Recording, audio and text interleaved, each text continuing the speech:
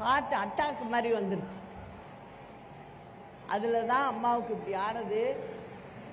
ஆனால் வெளியில் என்னென்ன கதை கட்டி விட்டாங்க நம்ம எதிரியெல்லாம், இந்த அம்மா தான் கொண்டுட்டு அப்படின்னாங்க.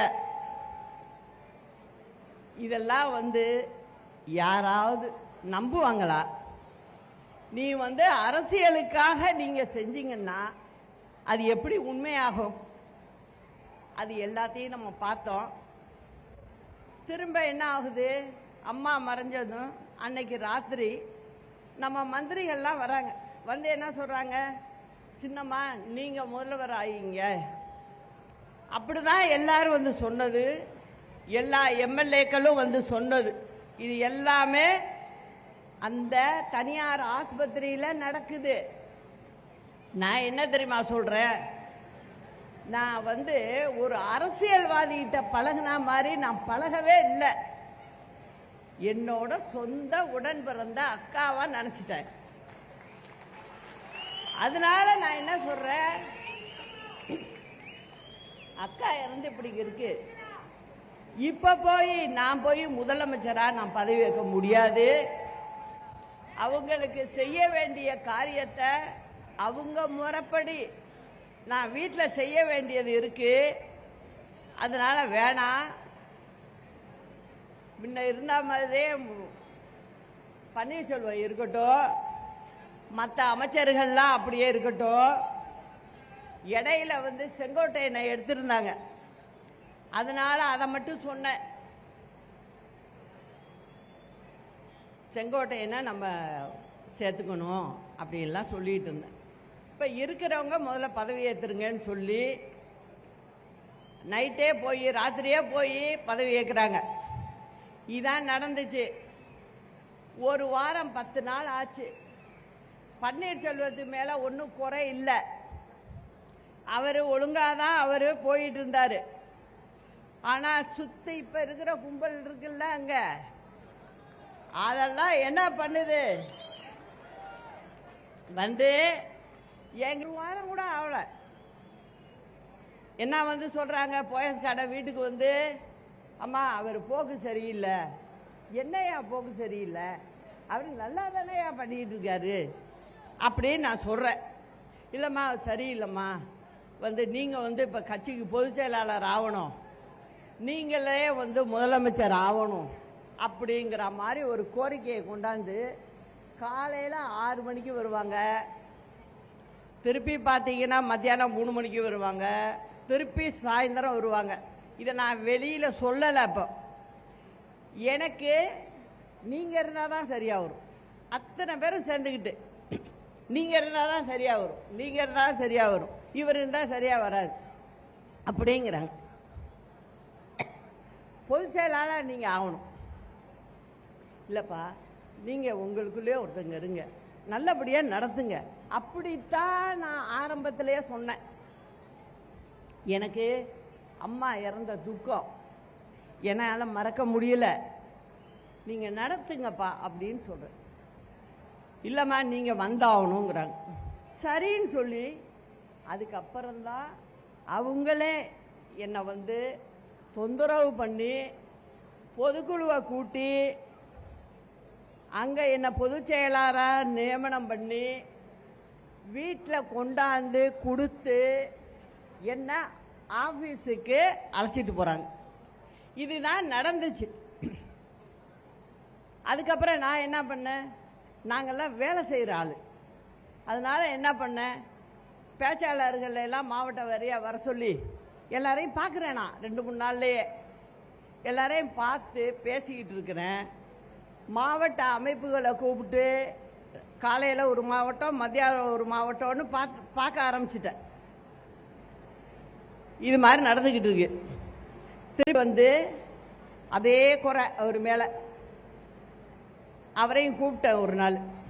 பன்னீர்செல்வத்தையும் வர சொல்லி, அமைச்சர்களாக இருக்கிறவங்க அத்தனை பேரையும் வர சொல்லி, போயஸ் கார்டை வீட்டுக்கு எல்லாரையும் ஒன்றா உட்கார வச்சு என்ன பன்னீர்செல்வம் செய்கிறார் சொல்லுங்க, நேராக சொல்லுங்க, நான் கேட்கணும் அப்படிங்கிற. இல்லை நாங்கள் இதோ போய் கேட்டோம், ஏதோ ஒரு போலீஸ் அதிகாரியை மாற்றணும்னு ஒரு மந்திரி சொல்லியிருந்திருக்காரு. அவர் நல்ல அதிகாரி இல்லை, அம்மா இருக்கும்போதே ஒதுக்கி வச்ச மனுஷன். நான் டக்குன்னு சொன்னேன், அம்மாவே சரியில்லைன்னு சொல்லி ஒதுக்கி வச்சவரை எப்படி போட முடியும்? அதில் ஒன்றும் தவறு இல்லை பன்னீர்செல்வம் சொன்னதில்ல அப்படின்னு நான் அந்த மந்திரிக்கே எடுத்து சொல்கிறேன். இதெல்லாம் போய் ஒரு குறையா சொல்லலாமா அப்படின்னு சொல்கிறேன்.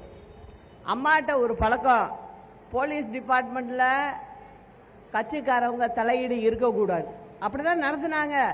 அதனால தான் திருட்டு இல்லை, பிரச்சனைகள் இல்லாமல் இருந்தது. மந்திரிகளுக்கு அது வேலை இல்லை. போலீஸ் ஸ்டேஷனில் யாரை போட்டால் உங்களுக்கு என்னம்பாங்க அம்மா, நானே என் காதால் கேட்டிருக்கேன்.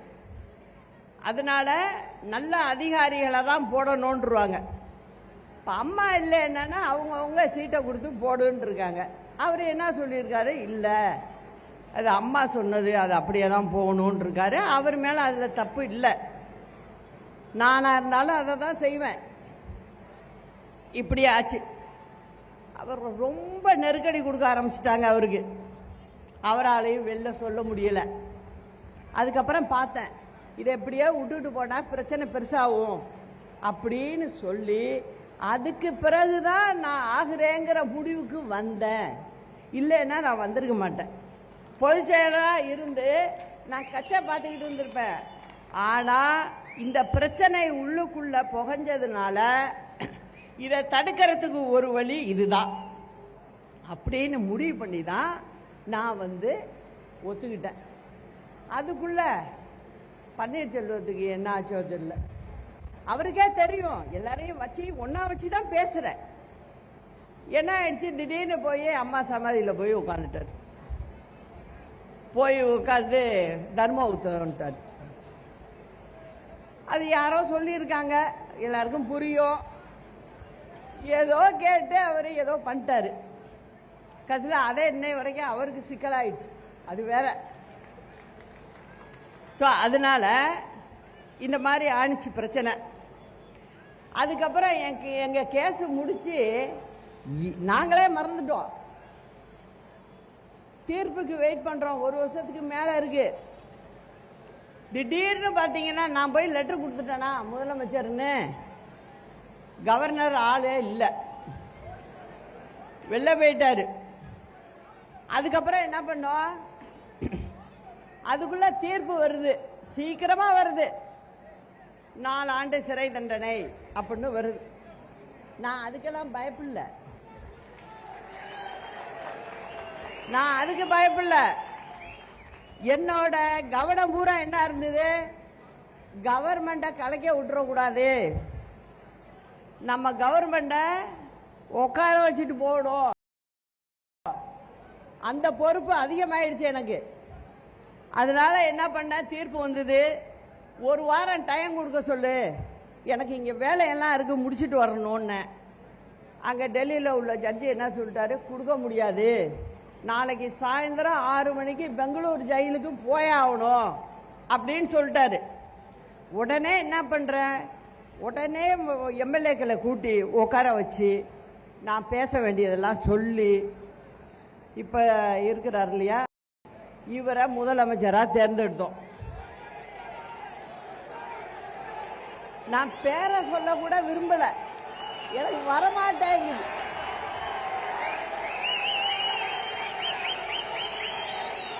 நல்லவங்கன்னா சொல்லுவேன், நல்லவங்க ஒரு சாதாரண ஆளா இருந்தா கூட சொல்லுவேன். இது சொல்ற அளவுக்கு இல்லை.